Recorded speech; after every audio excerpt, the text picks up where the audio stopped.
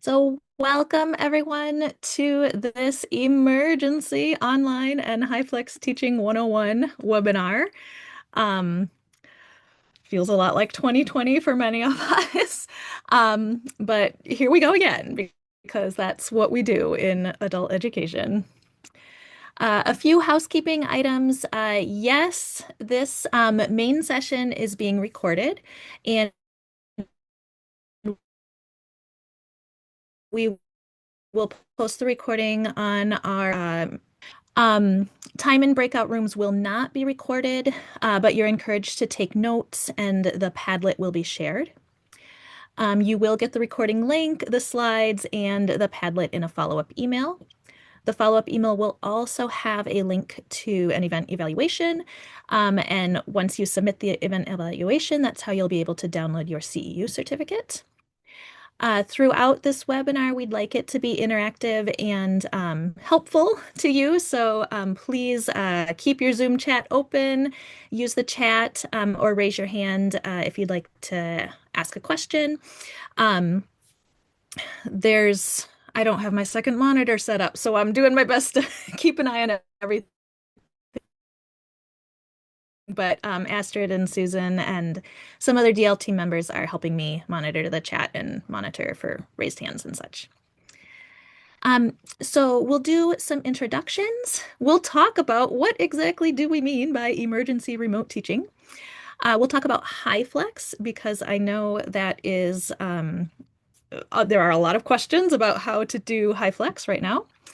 We'll share strategies, tips, and tricks, and some resources. We will go into breakout groups, and you'll be able to choose your breakout to talk about a topic that is most important to you. And then we'll close with some question and answer time and talking about some additional support opportunities that are coming up. So I'm Elizabeth Bennett. For those of you who don't know me, I am the statewide digital learning specialist at Literacy Minnesota. But it's not just me. There is actually an entire team of folks who are helping through the Supplemental Services Distance Learning and Tech Grant. So we are here for you. Many of us are here on the webinar right now or will be joining us a little bit later after they finish teaching. And we all, this is our job to support folks around the state with online teaching and distance learning and technology.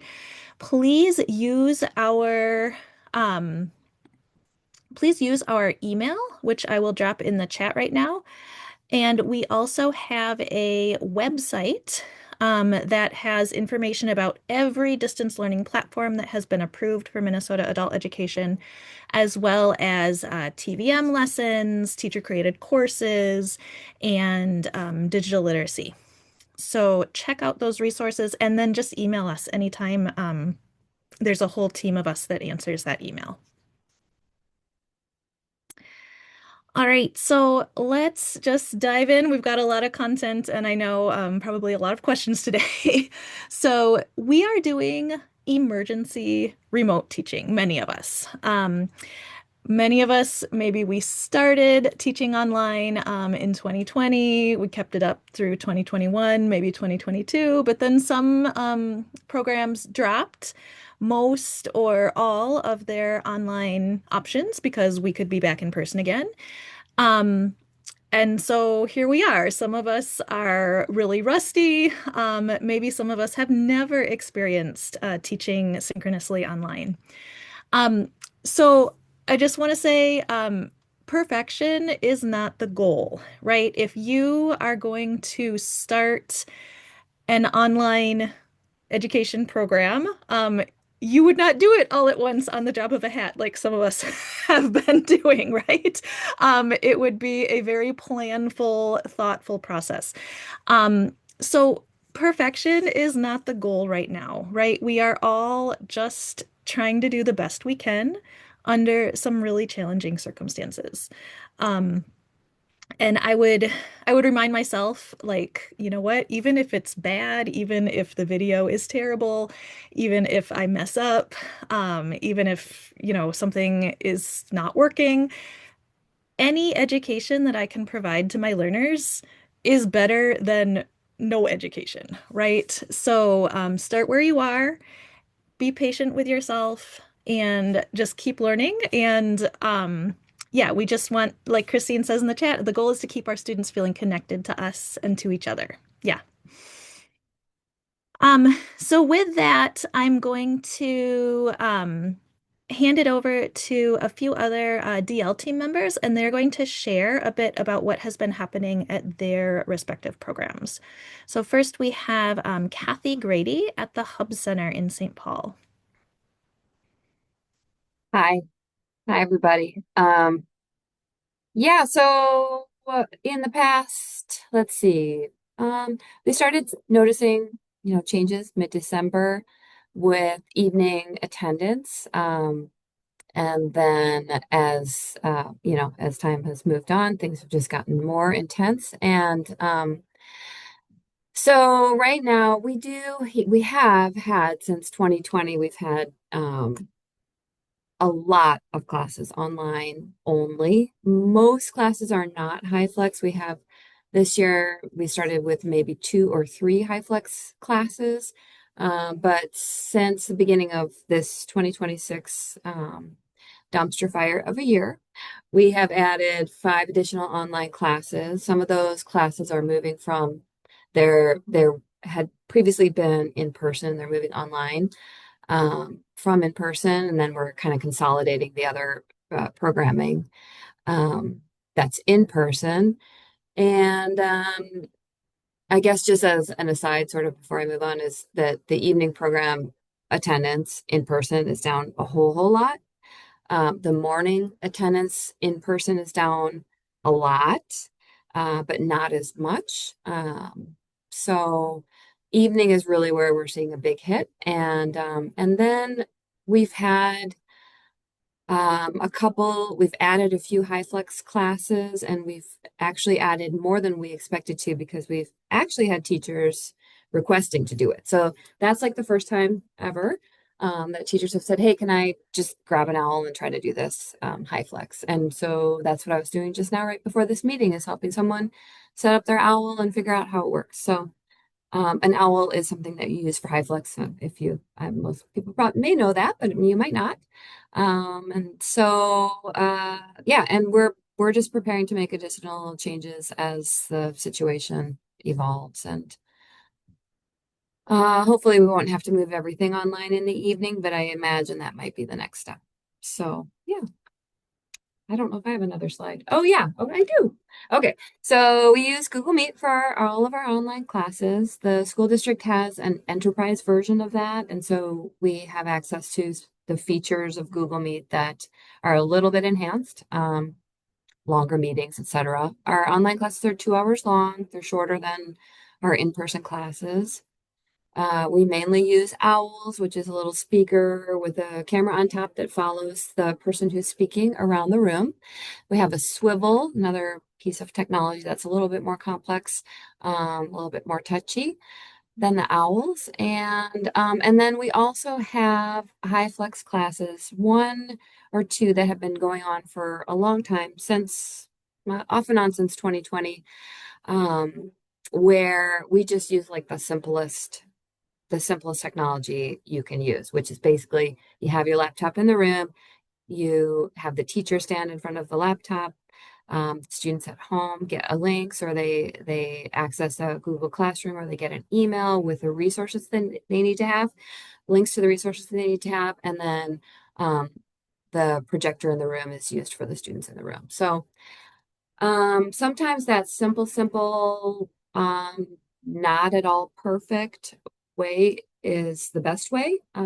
Definitely have fewer technical issues, and teachers kind of prefer that, I think, a little bit sometimes because there's less to go wrong. And we have kind of found, this is my last point, I'll be done in a minute, but we have found that students don't really mind that much if they can't see the other students. That would be like in the perfect world, everybody could really communicate very easily within the online and the in-person spheres. But Most of the time, the students really just want to see the teacher and they want to see the materials and they want to be able to hear the teacher. So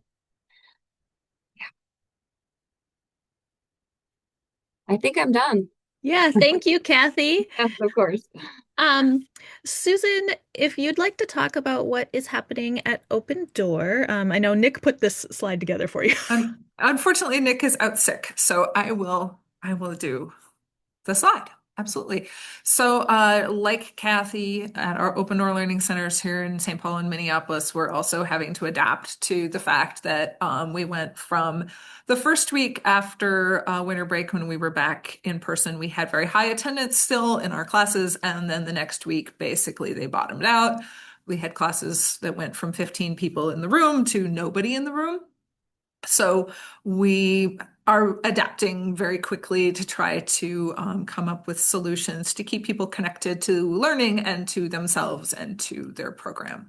So we are doing some of everything. And one of the things we're doing is Hyflex. So the class that I was talking about had 15 people one week on the first week of January, came back on Monday, nobody. The teacher just made the call. All right, it's going to flip into an online or Hyflex mode. They started teaching the class online and they're doing it from their classroom. So if students do want to come in person, they can come in person. We are using a document camera to be able to focus on physical media and project that to online students. And then for any folks that are coming in person, we're providing devices so they can also connect to the Zoom meeting and see their classmates and chat with their classmates who are at home. And let's see. And then we have existing online classes. And those online classes, what we're doing was we're sort of adding additional capacity into those. And all of the online classes use WhatsApp for communicating with the class. And the WhatsApp group is used to share the Zoom link. And so we are expanding the capacity in those classes by having teachers who had been teaching in person now joining the existing online class and take their students and go into a breakout room. And so we're sort of building out using the infrastructure we already had. Students are on all kinds of different devices because they're also adapting. Many want to use their phones, some have laptops. There are challenges with trying to help people figure out how to set up Zoom on their devices and learn how to use that. We have a fairly large population of very beginning level students in our programs, and that makes it very challenging to explain how to do these technical things in English. But that's one reason why we're helping students do it on their phones, because those are the devices they already know how to use. So there's a little bit less training that's needed there. And one of the other things we did was during that first week back from break, when we still had a lot of students in class, but we were worried that this might happen and students would stop coming in, we had teachers working in the classroom showing students how to use Zoom, how to get Zoom on their phones. We had students bring in their devices so that Nick, who's our digital navigator, and our other staff could work with them and set up the apps on their devices. That obviously didn't touch everyone. We still have people who weren't coming in and didn't get connected, but we tried to do some of that training in advance. And I think that definitely helped make it easier for the teacher who had no students one day to just say, okay, we're online now. And the next day they had 16 people in the online class because they had practiced in advance, right? And then just one other thing that's not on the slide here, but what we're doing for our in-person students who still want to come in person, because some people do. They feel comfortable coming in person. They feel safe in that building. They want to connect with community. They want to be in person. Is we're having some teachers still working and doing kind of a one-room schoolhouse with volunteers taking small groups of students into breakout small groups at their level while the other teachers teach online. It's kind of what we're doing. Do we have another slide or is that my only slide? That's your only slide. Okay. I'm happy to take any questions anybody's got in the chat. Thanks, Susan. And then I'll hand it over to Polly. Hi, everyone. So I work for Mankato Adult Basic Education. So we have been successfully running Hyflex programming since the days of COVID and onwards. So at the start of this school year, we had 10 classes that were running in a Hyflex model. And now starting this upcoming Monday, we're expanding that to 18 Hyflex classes during our daytime programming. So before this, we had some of our higher levels of ESL learners and our GED students all on Hyflex, and now we are offering that to all of our ESL levels and still our GED students. So what the training has looked like so far, we use Google Classroom, Google Meet for all of our meets. And so students have been receiving training this week on how to join those Google Meets from home. And we've also been tailoring it because we know that not all of our students have computers. So we've also been doing phone training with them as well if they need to download apps onto their phone and making sure that they feel comfortable using either phone or computer. And then in addition to that, we've also had our teachers receive some swivel training if they haven't done any Hyflex classes in the past. And then I just wanted to also include some attendance trends that we're noticing. So I pulled some data from just some random days, November, December, January, and you can see that the the students attending are starting to dip. So those attendance numbers are dropping compared to November and December. And now looking we're down to about like 55 students attending at our main learning site. We aren't noticing a dip at all in our regional night program. Just that has been online ESL classes. So I think students are feeling comfortable still attending that option, but we are definitely starting to notice that decline a little bit in our daytime classes. So we're looking forward to offering Hyflex to all of our learners.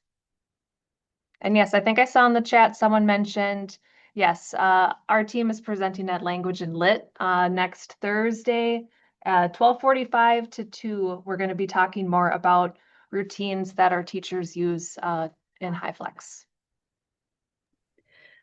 Couldn't come at a better time. Thank you, Polly. Um, so if you're willing, it would be great if everyone could share a bit in the chat about what your programs are doing to make learning accessible at this time. Maybe that looks like online or Hyflex classes. Maybe that looks like increased asynchronous distance learning. Share what you're trying.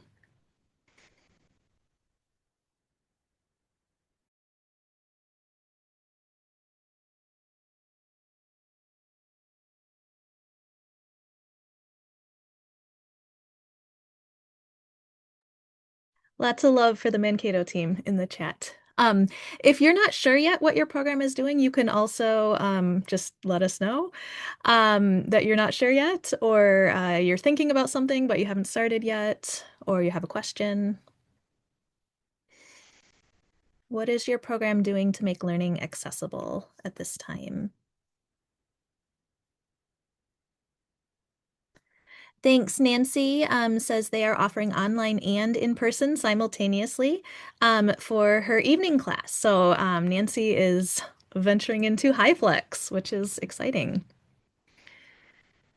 Danelle says currently we're hosting evening classes completely online, at least for the rest of the month. We haven't moved to Hyflex or online for daytime, but we're considering it.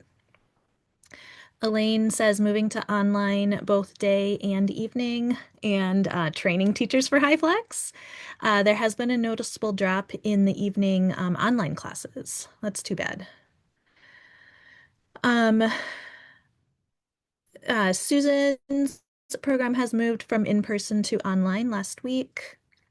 Gabriella said, we've pretty much done the same. We distributed binders last week. Yep, all the paper packets, and started online Zoom classes this week. Albert Lee Adult Ed is moving to Hyflex and DL platforms. Robbinsdale is moving to Hyflex at the beginning of February.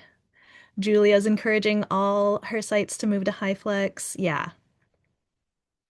Thank you. Yeah, so lots of pivoting, lots of hard work being done at this time. So with that, I'll move into talking a bit about Hyflex. Oh, and Leave is mentioning Burlington English has a webinar coming up on February 6th with discussion about online learning options. So yeah, excellent opportunity there, especially if you have Burlington English at your site. So let's talk about Hyflex. Hyflex teaching in Minnesota has a slightly different expectation than what you might read about if you go to the research literature about Hyflex in other places. The name Hyflex comes from hybrid plus flexible. It's hybrid because some learners are attending in person and some learners are joining remotely online at the same time. And it's flexible because learners get to choose how they will attend. And they may go back and forth between the two formats each day, or sometimes I even had learners who would, on the same day, attend in person and partly online. So very flexible. Really important to understand, though, that Hyflex classes are always considered contact hours because it's a synchronous class meeting.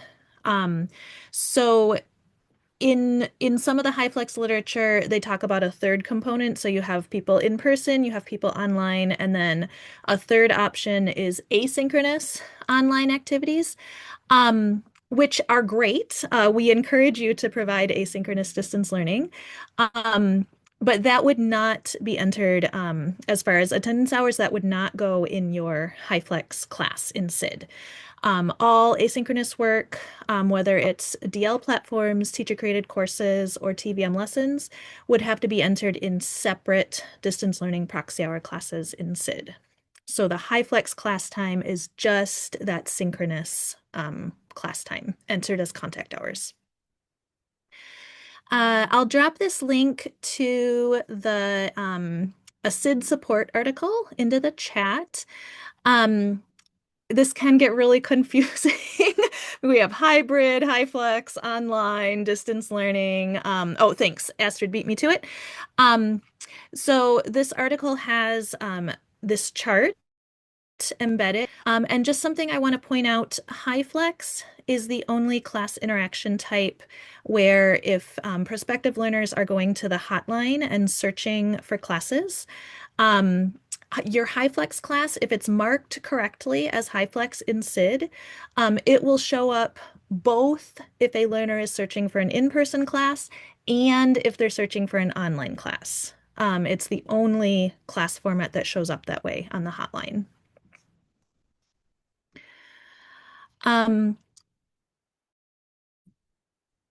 A lot of people have a lot of questions about the needed for Hyflex.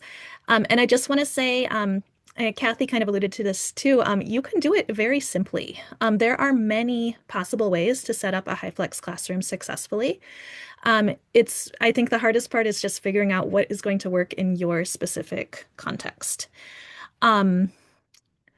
I like to think of it for myself. If I'm trying to, think about all these options, a simple way to think about it is, what can everyone see? What can everyone hear? And what can everyone do in order to participate and collaborate equitably in the class? Okay. So Danielle, I just want to address this question in the chat. If you are teaching Hyflex, you don't need to make a separate SID class. If you're just you're taking your existing in-person class and pivoting, now you're going to have an online option. It's going to be a Hyflex class. just keep your same contact hours class in SID and enter attendance in that class. It doesn't matter if the learner is with you in person or they're joining online. 15 minutes is 15 minutes. It's the same. It's contact hours. You just enter their attendance in your existing SID class. But it would be separate from your distance learning. Like if you're using Khan Academy or Ellie or MobiMax or anything for distance learning, those are separate classes in SID. Yeah. Um, oh, interesting. Okay, so Clarice is saying that SID staff had told her to duplicate the class and name the new one Hyflex.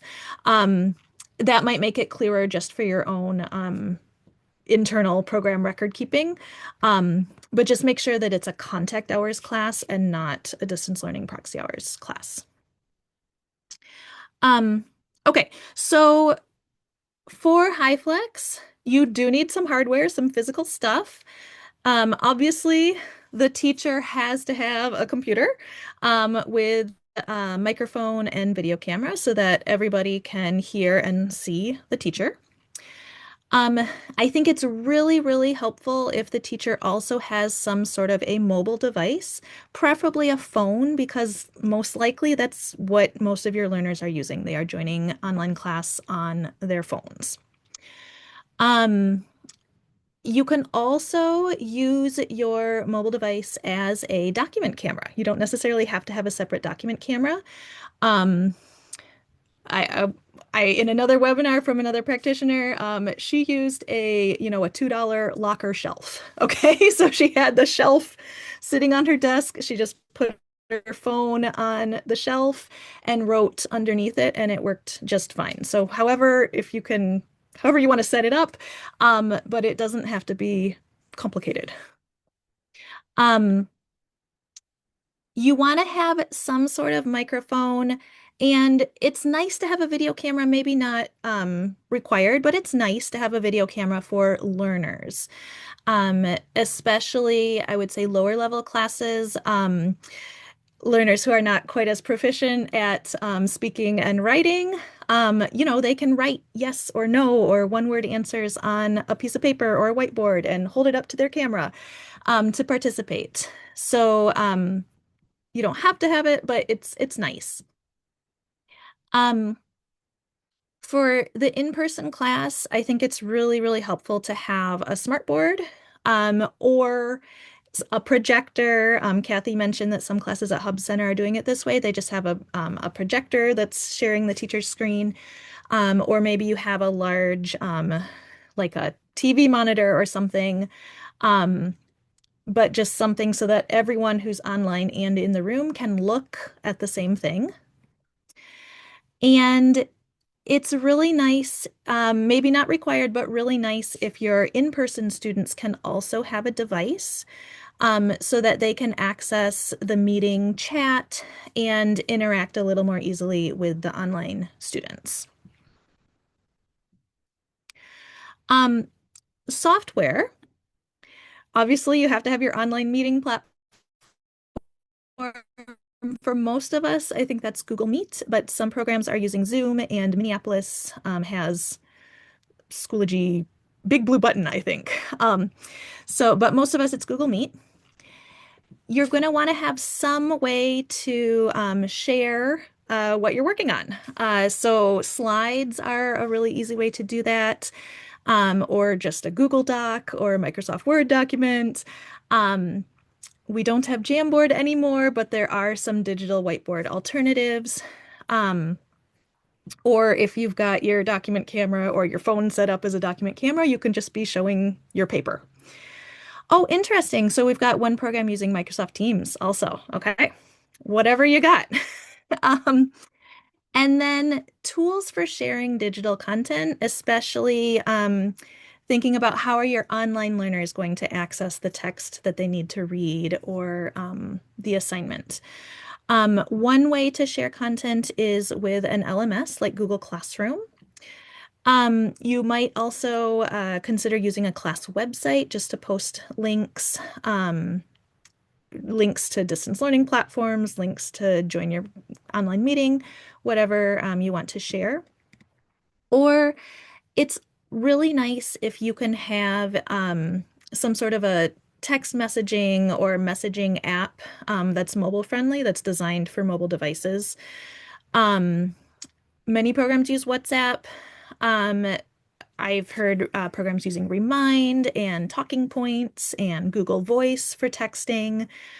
Um, Something, and I know it gets tricky because not everything is free and not everything maybe meets the security requirements of your district or your organization. Um, and it can get messy, right, when people are using their personal devices. Um, so I would say, like, use caution, follow all of your organization's rules and procedures.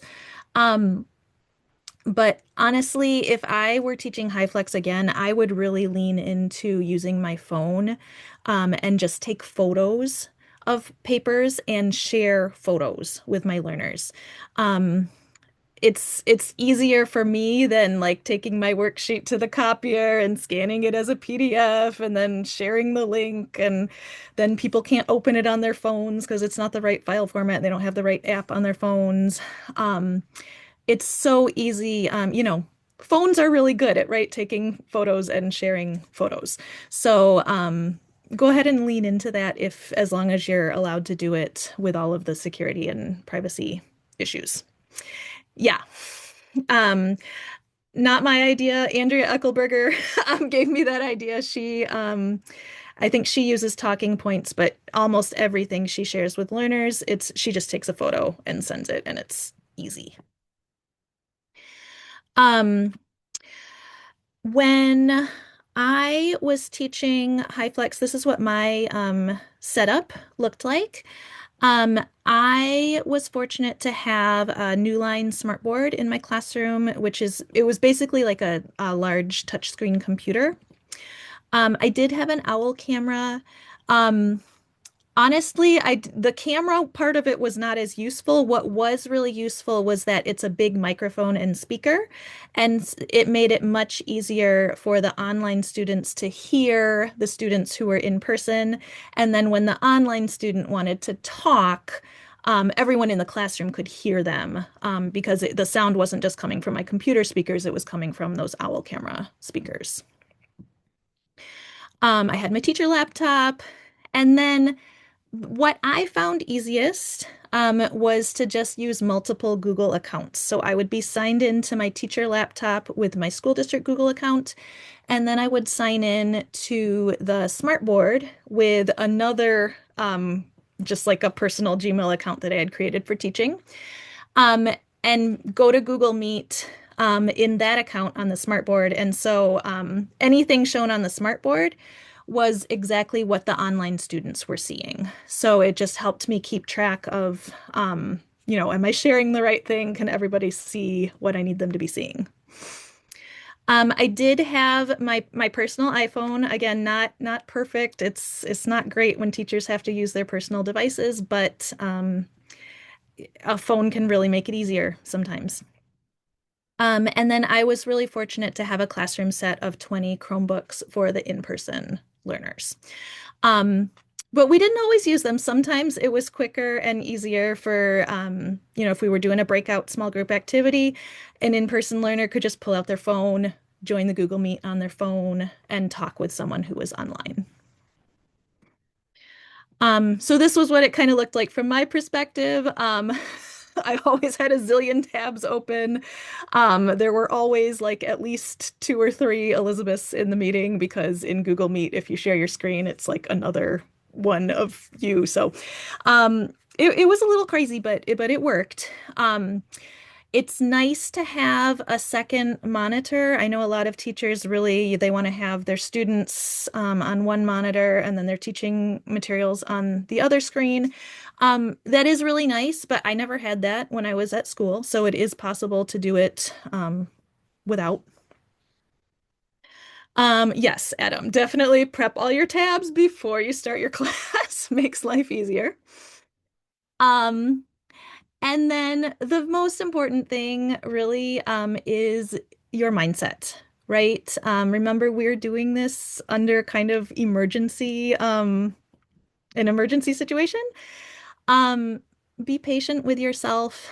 I tended to get really stressed when I was teaching, and I was like, oh my gosh, my learners, they're having to wait for me to find the right tab or find the right file or share the right thing, or they're having to wait while I set up the breakout groups. Or, I did something wrong, but always my learners were so gracious and kind. Um, and so give yourself some grace too, right? Um, and also, thinking about like I get this a lot, like teachers will say, I can't waste instructional time to mess around with logins and passwords, right? I'm losing instructional time. Um, Try to maybe shift your mindset a little bit. Think about how many logins do you have to manage in your personal life, right? For making doctor's appointments, doing telehealth visits, managing your bank account, managing your insurance, managing your kids' school stuff. I mean, everything. You have so many logins. Managing logins is a really important life skill. So if you can try to think of it maybe like instead of we're losing all this time, think of it maybe actually we are devoting time to other things, but this is really valuable. This online experience is additive, okay? Think it's adding value rather than subtracting. Um, I also think this is a really helpful question to just keep in mind. What changes have you needed to make, or what changes maybe are you going to have to make in your teaching style, your values, or your beliefs for Hyflex teaching? Because Hyflex teaching is different, right? It just is, and that's okay. If anyone wants to share in the chat, um, that was one of the questions that someone put on the registration form was, how can this actually work? Right? And it's not going to work exactly the same way as if everyone is in person, because that's just not what you're doing.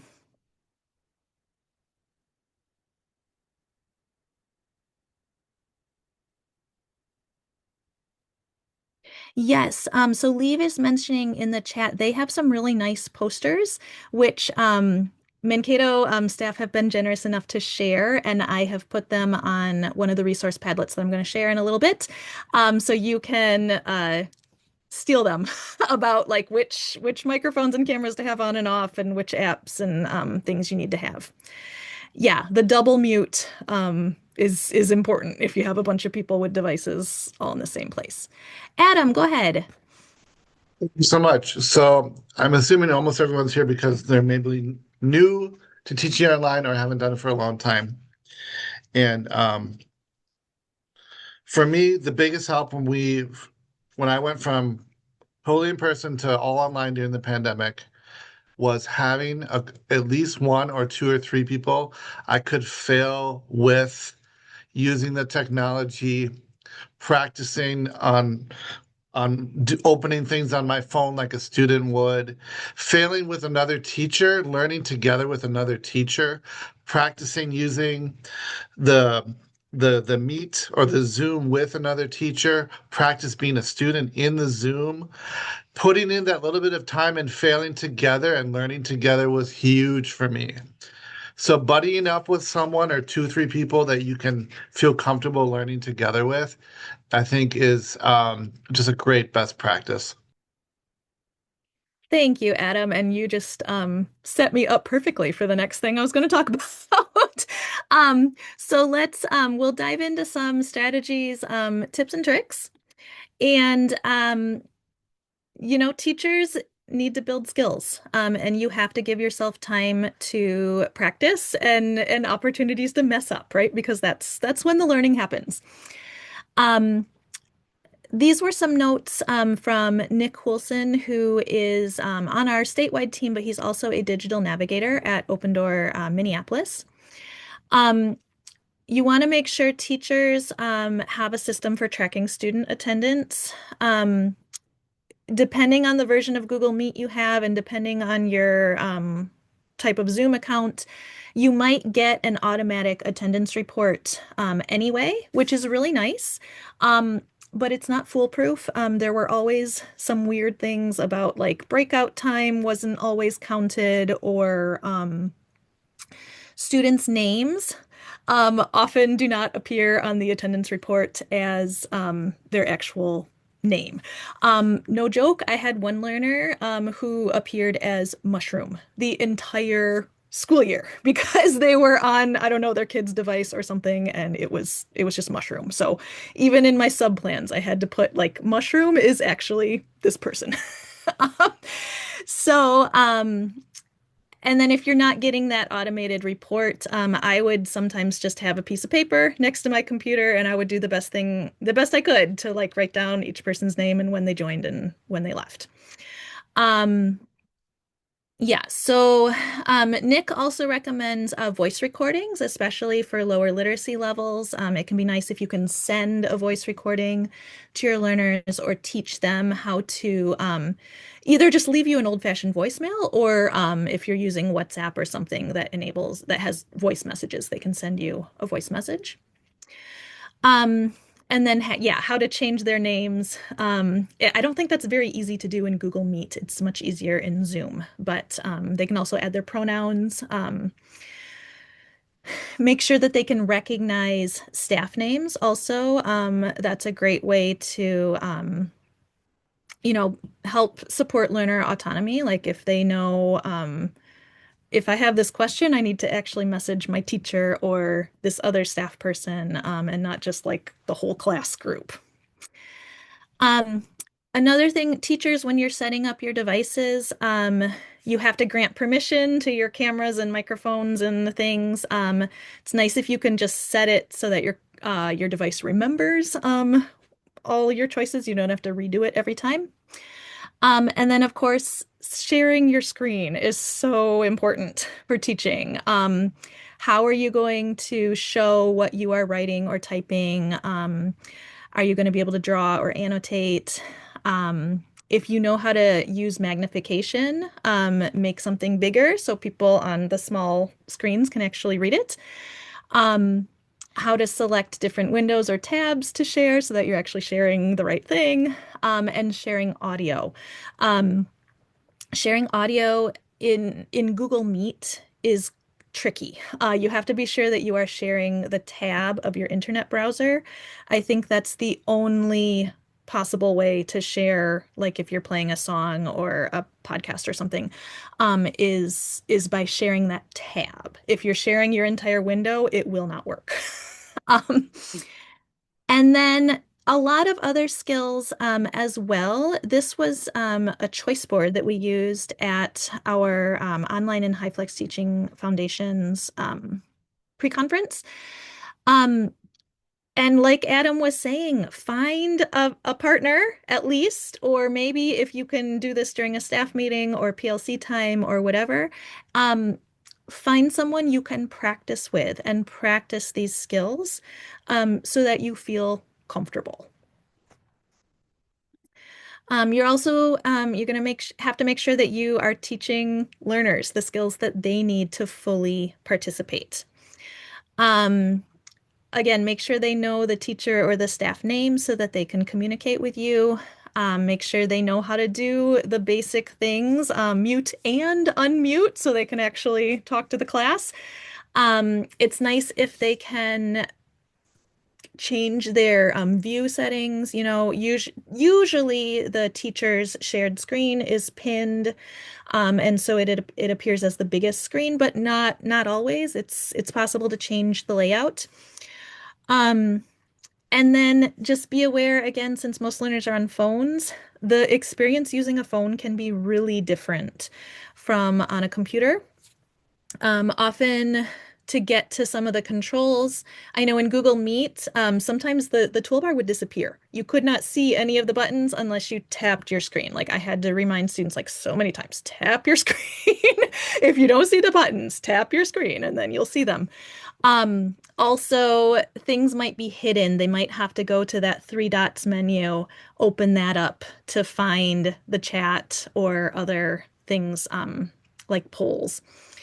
Um, and sometimes on mobile devices, okay, I always told my students, like, I have an old iPhone, it has a button.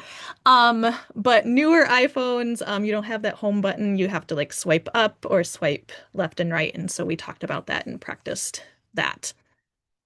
Um, Zoom and Google Meet both have emojis and reactions that are really fun and easy and just a great way to participate in class. Practical tip, teaching people to clean their screens, clean off the glass over your camera um, with a wipe, something appropriate that's not going to damage your device. Raise and lower your hand. Yep.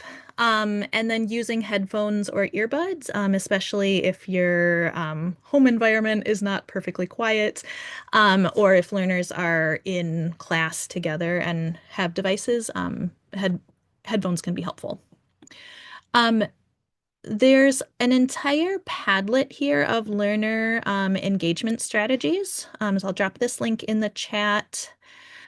Um, and then I'll just show you quickly. So I've divided them up kind of into level one, like really, really easy.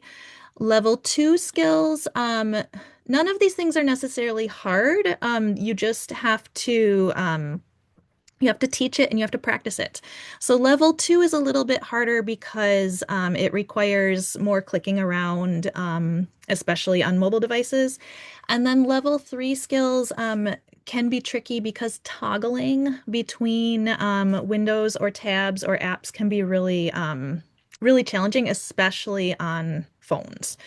But there are a lot of ideas there to just to inspire you, I hope. And then just be prepared. Also, you are going to need to provide some ongoing digital navigation and support for learners. Thank you, Astrid. So Nick shared with us some great ideas just involving logins and passwords. There are really great built-in apps on both Android and Apple iPhone devices that will save your passwords for you and that make your life so much easier. Um, so teach learners how to use those things. And Nick said, the most foolproof way is always to just write it down on paper and keep that in a safe place. But of course, that's not foolproof either. Like the paper can get lost, or learners might be concerned, rightfully so, about having all their passwords written down on a piece of paper that someone else could access. Oh, and Adam says, and then take a picture of that piece of paper. So that solves the problem of you yourself losing it. So maybe that's a good solution. Maybe not if you have security concerns, but something to consider. And then Nick also says it's okay to restart your device after you've saved your passwords. When you turn your device back on, they will still be there because you've saved them. You also might need to troubleshoot. Again, everybody's using their own device. Everybody's device is different, it has different issues. So there could be things that are causing problems. Maybe it's just a bad internet connection, but also it could be a problem with the settings or the permissions on the device. I have a third Padlet I'm going to share with you in a minute that has some community resources, some organizations, and just some ideas for not free, unfortunately, but lower cost devices and internet service ideas. Nick says, keep your expectations reasonable. Is the learner really going to be able to participate fully in class if they've got a cracked screen and a half-dead display? Like, just keep this in mind. This is what a lot of learners are dealing with. Sometimes Nick said not having enough available memory on your device can cause the device to freeze or drop out of the call. So that's another thing to be aware of. Maybe spend some time teaching learners how to free up space on their phone, delete all those unneeded photos and emails and whatever. Nick also recommends external phone batteries. Um, you're going to need help.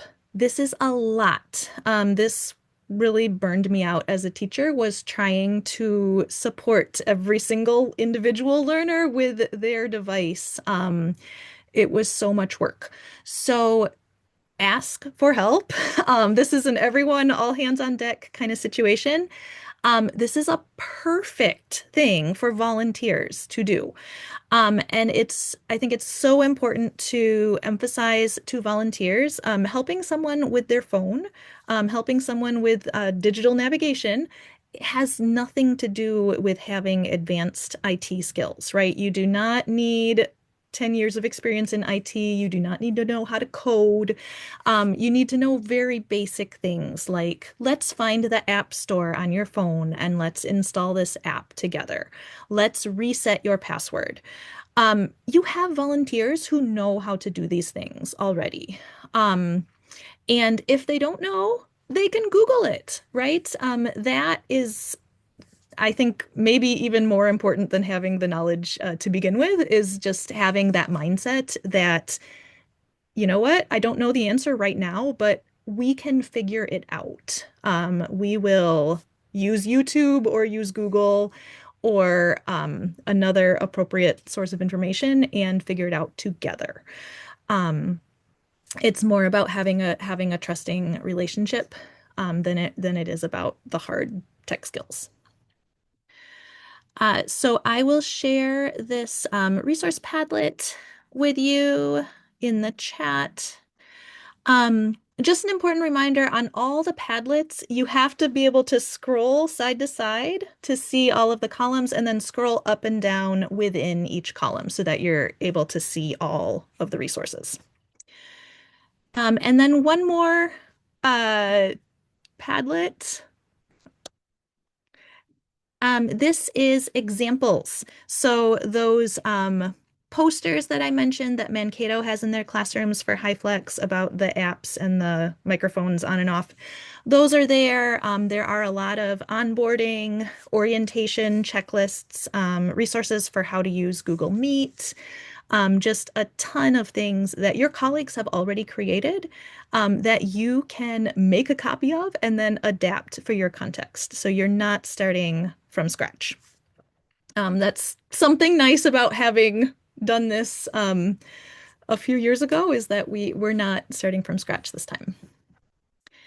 And then my last bit of advice would be to go easy on yourself as far as teaching. As a teacher, like I like to create my own stuff. And I like to be creative and do fun activities. But maybe you need to just do something that's easy, something that has already been created, that is very low prep, and that is ready to go online. Something we have now that we didn't really have as much in 2020 is there are a lot of AI tools that a lot of them are free and you can use them to make prep easier. Padlet TA is part of Padlet. So if you have a free Padlet account, you can use it and you can have up to 3 activities at a time with a free account. So then if you want to have more than that, you have to, delete one and then make a new one. But before you delete it, you can generally download it as a PDF or a spreadsheet or different formats depending on the type of Padlet account that you have. And these are really nice. They feel kind of like word wall to me. You can make, matching and sequencing and fill in the blank and all sorts of interactive activities. And they work really well on phones. I was quite impressed. There might be a little bit of scrolling either side to side or up and down that you're going to have to teach learners to do. But generally, it worked really well on my phone. And if you're using it with your teacher account, learners can actually submit their answers and then you can see it as the teacher. So wish I had had that tool a few years ago. Also, I'll just put in another plug for Ellie because this is a state-supported DL platform this year. Any Minnesota adult education staff can have an Ellie account. You just have to complete these training slides and submit the evaluation, and then we will send you information about how to get an account. Ellie is great because most things exist both as a printable PDF and as a digital task. We generally don't recommend that learners be signed in to a DL platform during class time because you want to count contact hours for that time. Um, but what I would do is just have the teacher be signed in. The teacher can share their screen, either the PDF version or the digital task version. You can work through something during your class time, and then you can assign that same activity for additional practice outside of class, and that counts as distance learning time for you. Um, so I just love those digital tasks are there, they're ready to go, they're easy. So really lean into things that are easy. There's nothing wrong with that. All right. So we are going at this point to have some breakout discussions, and we'll spend about 20 minutes in breakouts, and there will be 5 groups. You can choose the one that is most pertinent to you and your needs at this moment. The Hyflex teaching group will be facilitated by Polly and Leave from Mankato. There will be a Google Meet group facilitated by Adam Kiefer. A multi-level and one-room schoolhouse group facilitated by Carly Voschel. Susan and I are going to hang out in the Learner Engagement and EdTech Tools group, and then Kathy Grady is going to be in the group talking about supporting staff and volunteers.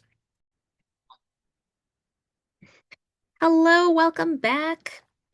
I am going to invite if there were any resources or really important questions or points that maybe the breakout facilitators would like to share with the whole group. You don't need to summarize your whole discussion if it's not relevant to everyone, but what would you like to share, or what questions do you have? Well, let's just take the rest of the time for some Q&A, and then Astrid and I are going to talk about a few upcoming opportunities.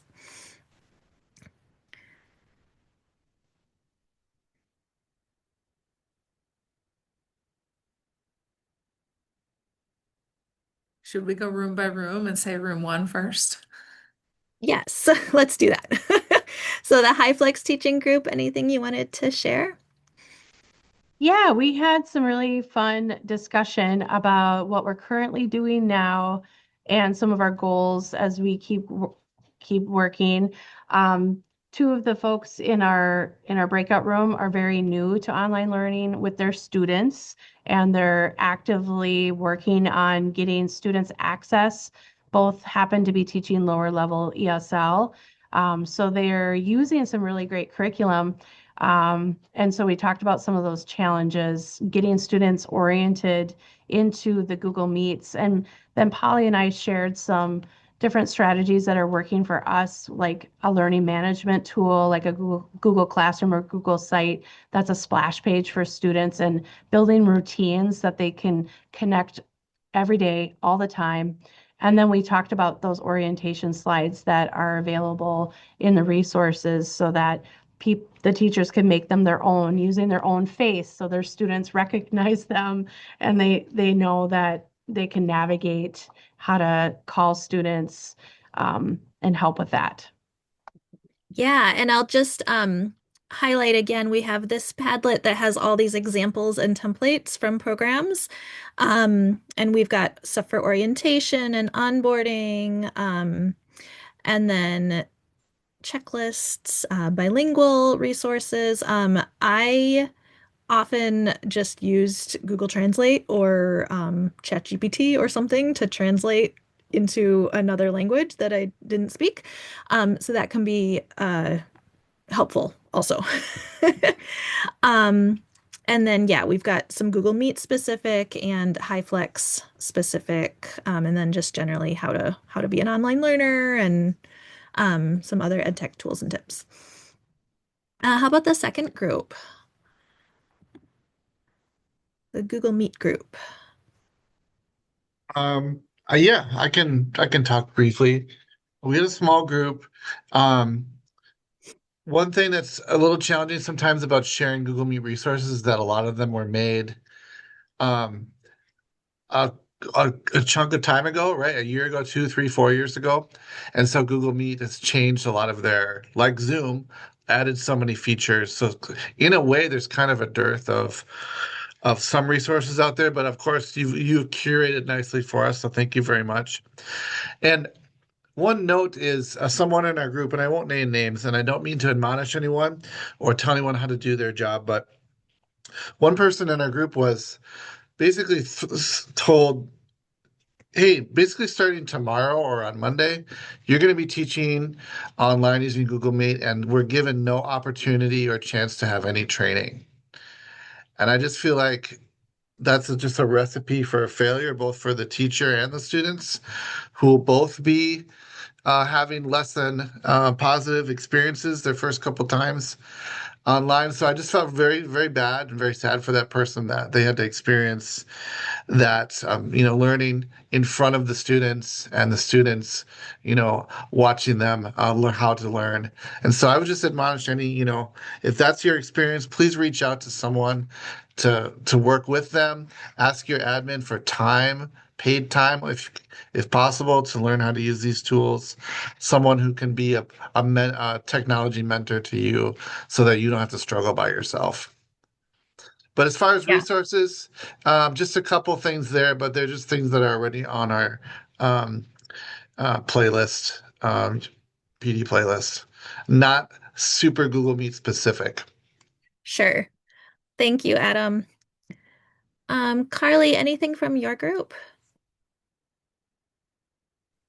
Yeah, I was in the one-room schoolhouse multi-level classroom group, and right at the end of our conversation, the best things you get to right as that clock is counting down. Um, so I was just looking online to try to find some additional resources. I mean, as we can all probably agree this is just a really tough spot to be in, with a wide range of learners, lots of different needs and concerns. And what I felt like was an important conversation that we had was just about how you get online and one student wants to kind of like talk about their emotions and what they saw and have experienced. And another one is probably like, okay, I'm ready for class. Let's just go through the usual. And you have to be in this middle ground of like being respectful of all of the students. And it's just a really tough place to be in right now. And so being there and keeping that connection is probably the most important. Mhm. Thank you for that. I like this first 5 daily emotional check-in that's here on the Padlet. I might check that out. Um, from the learner engagement and EdTech tools, we just mostly talked about the importance of having routines, and keeping things simple as much as you can, and keep being mindful that learners are on phones, and it's hard to do stuff on phones if you don't have a lot of experience with it. Someone mentioned their learner's phone is set to another language that they cannot read. And so Google Lens may be a helpful tool for you to look at the learner's screen and then have it be translated. And then there are some older but still out there resources from Literacy Minnesota about Zoom, and Google Meet. And then also one more thing, you can use vertical slides. So you can change the orientation and the aspect ratio of your slides so that they fit a phone screen. And I think maybe Mankato had a slide deck that was already set up like that. So if you want to just copy theirs and make it your own. Yeah, you'll get a giant follow-up email with all the links as soon as I can get it out to everyone. And then Kathy, was there anything that you want to share? We're getting close to time, and we did want to talk about some upcoming opportunities also. Yeah, I only had one very excellent participant in my breakout room, and we sort of talked about just how to support volunteers and teachers and students and how to learn how to use the online resources. So I don't know that it's worth sharing. So yeah, Okay, let's move great, on. thank you. I mean, it was a good discussion, Um, but yeah. um, all right. So Astrid, maybe I'll hand this over to you at this point. Sounds good. Well, first, let me just say a huge thank you to Elizabeth and Susan and the distance learning team who put together this webinar in less than a week. We met last Friday to put our heads together around how to support the field in this time, and they leapt into action. So thank you very much. And also want to thank all of you out there doing this critically important work right now and reiterate everything that Elizabeth said and what's been said in the chat about um, just having grace with yourself and doing your best. And everything you're doing right now is having a really supportive impact on your learners. So thank you all. A couple more opportunities looking ahead next week. We have our statewide Language and Literacy Institute being organized by Atlas. I put the registration links in the chat. As we already mentioned, there will be a number of sessions in the realm of online teaching, including that Hyflex session that the superb Mankato team is putting on. So you need to register for Thursday and Friday separately. So hopefully we'll see you there. Also have a couple of follow-up webinars. Elizabeth, can you say just a little bit about the content for the February Yes, 12th and so March those 12th? were actually planned before this webinar. But I think we're welcoming everyone. There's sort of a follow-up to the Summer Institute workshop, Foundations of Online and Hyflex Teaching, but we would love to have you. It'll be a great community, great opportunity to share ideas. Excellent. And then finally, I know we've lost a number of participants, so we may also include some sort of poll in the follow-up email, but the distance learning team is making some decisions about what professional development to offer yet this winter and spring. We had been planning a cohort called the Best Cohort, building an ed tech strategy toolkit focused on building a strategy of educational technology routines. In light of what is a top of mind of many programs right now, we are wondering if it might be more useful to offer a Hyflex study circle or community of practice. So if you have an opinion about that, if either one of those opportunities sound like something you might find valuable and be willing to participate in, just put that in the chat. Or if there are other professional development needs that you're like, help, please, we need more of X, Y, or Z, please share that in the chat. And we may also be seeking some feedback via email.